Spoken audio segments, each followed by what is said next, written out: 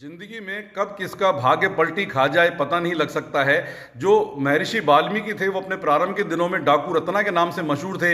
लोगों को मारना, पीटना, लूटना, जान से मार देना उनका पेशा था और उसी से अपने परिवार का भरण पोषण करते थे। तो एक दिन जो है महर्षि नारद जी उनके लपेटे में आ गए।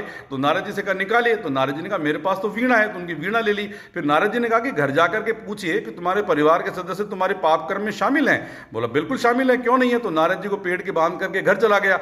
घर जाकर के पत्नी से पूछा कि जो मैं लोगों को मारता पीटता हूं, लूटता हूं, जान से मार देता हूं, क्या तुम इसमें शामिल हो। बोला हम क्यों शामिल हैं, तुम्हारी ड्यूटी है, तुम्हारा काम है परिवार का पालन करना। माता पिता ने ऐसे ही कहा कि हम तो शामिल नहीं है। बच्चों ने कहा हम नहीं शामिल नहीं है।